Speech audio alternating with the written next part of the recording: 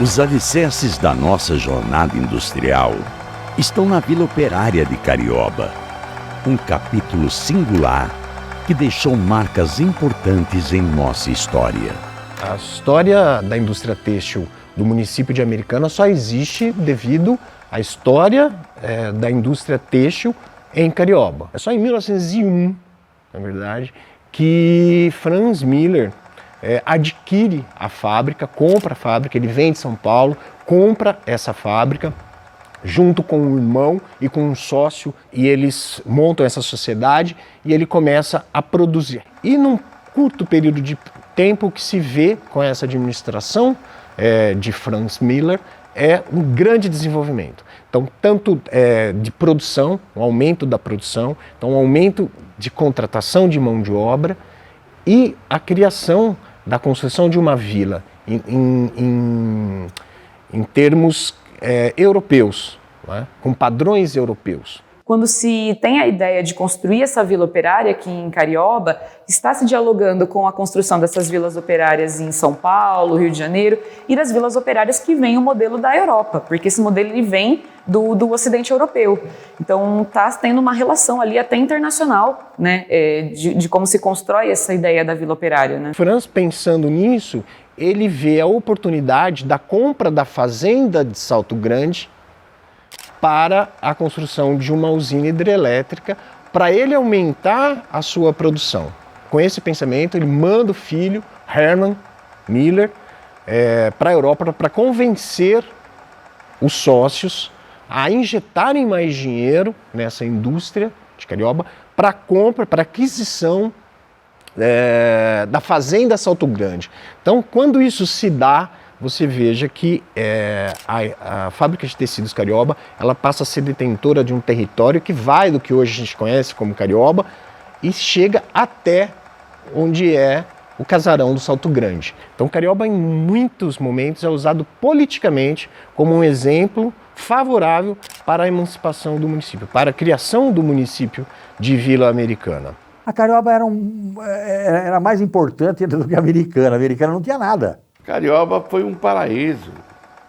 Quando os Miller Carioba vieram para o Brasil e compraram a Carioba, a primeira coisa que eles fizeram foi fazer a casa deles no estilo alemão. Fizeram as casas deles. Eles tinham a tecelagem lá embaixo, que não era tiar grande, era tiar de 1 metro mais ou menos, fazia um pano estreito de algodão. E muita gente daqui de Americana trabalhava em Carioba. E os moradores de Carioba tinham água de graça, luz de graça, lenha de graça e o que mais? E o aluguel, tudo de graça. Eles ganhavam o salário deles para comprar na venda do Luchiari, do Vitório Miante, do Frigeri, você entendeu? Do Barreira. Que na Carioba tinha restaurante, hotel, tinha barbearia, tinha mercearia, tinha salão de baile, cinema, tinha tudo.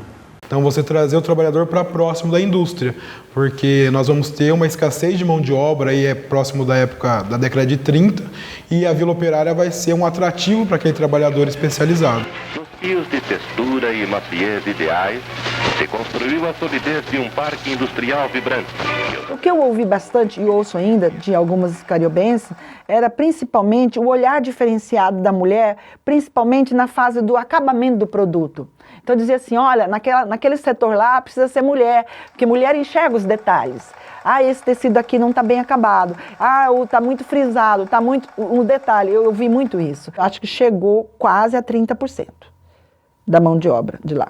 Então era bastante mulher. Era muito puxado mesmo, porque além de todos os afazeres da casa, tinha responsabilidade no trabalho. E era o mesmo nível de exigência. Não se exigia mais do trabalhador masculino, do homem. Se exigia mesmo a perfeição técnica, dedicação, cumprimento de horário, igualzinho. Era uma família, todo mundo se conhecia, um ia na casa do outro, um ajudava o outro. Então, na verdade, a gente tinha assim, uma colônia, que era um país, né, desenvolvido dentro de um país subdesenvolvido, né? A Carioba sempre foi a grande pérola de Americana.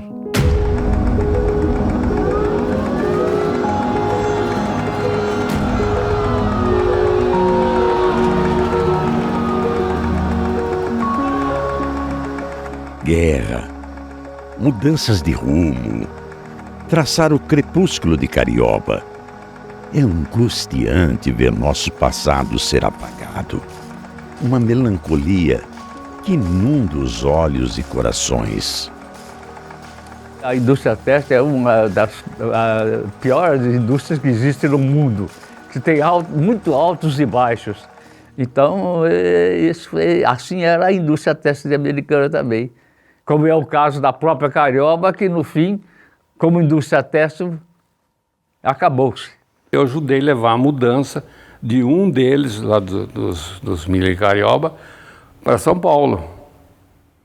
Eu ajudei a levar, que quando eles passaram em nome dos Duarte, eles todos mudaram de Carioba, né? O período Abdala foi um período bastante conturbado, um período de bastante insatisfação dos trabalhadores. E por isso tem a fama, né, de ser um período ruim aqui em Carioba. Não só porque levou à derrubada, né, ao fim de Carioba, mas também porque teve várias implicações, né, por exemplo, com uma grande greve que durou aí 10 meses praticamente. Esse período aí foi muito triste para eles, né? Houve uma greve por falta de pagamento de salários. E durante esse período, faltava alimentos, né? Porque não tinha pagamento. Então isso aí foi uma coisa muito triste da história de Carioba. Na verdade, bastante trágico. O final industrial de Carioba, né? Sem contar depois o final físico, histórico, né? De seus prédios, de suas casas, suas ruas, dos seus clubes, né? Enfim, de toda a sua arquitetura.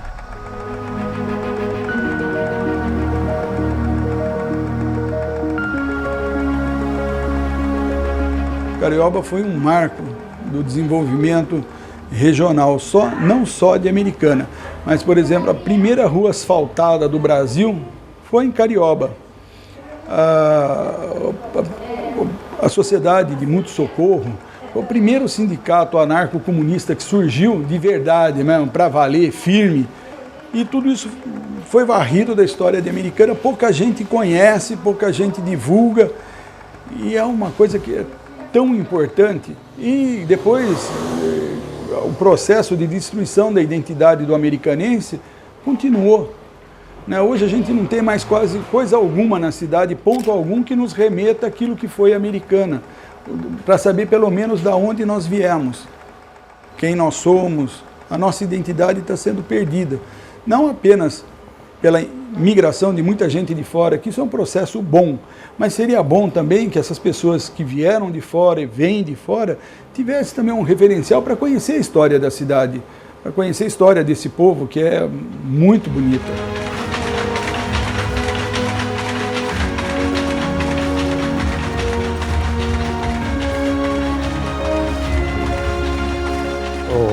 Que muitos dos tecelãos de Carioba se tornaram grandes industriais. Por quê? Carioba viu que é o seguinte, ela já chegou, a fábrica de tecidos chegou a um tamanho que era meio difícil dela crescer. Então, ela, em vez dela investir no crescimento dela, ela investiu em novos fornecedores para ela. Eram pequenas indústrias, de 15, 20 tiares, 6, 8, tinha muito, a gente tinha 4 tiares no fundo da casa dele.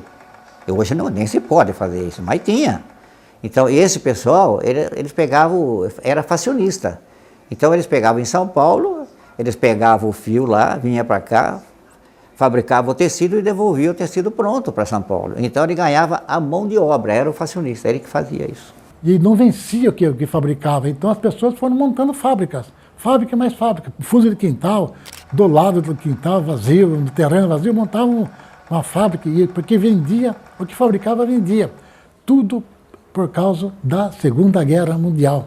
Na guerra que houve o grande incentivo que o Matarazzo dava, porque ele precisava de pano para exportar e eles não tinham condições de fazer. Entregava para essas pequenas empresas faziam a mão de obra e devolviam o tecido acabado ou pronto, né, semi-elaborado, para a grande indústria.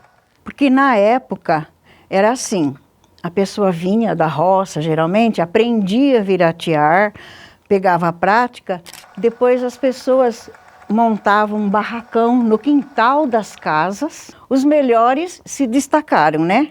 Seguiram o caminho. E os pequenos continuaram trabalhando para os grandes.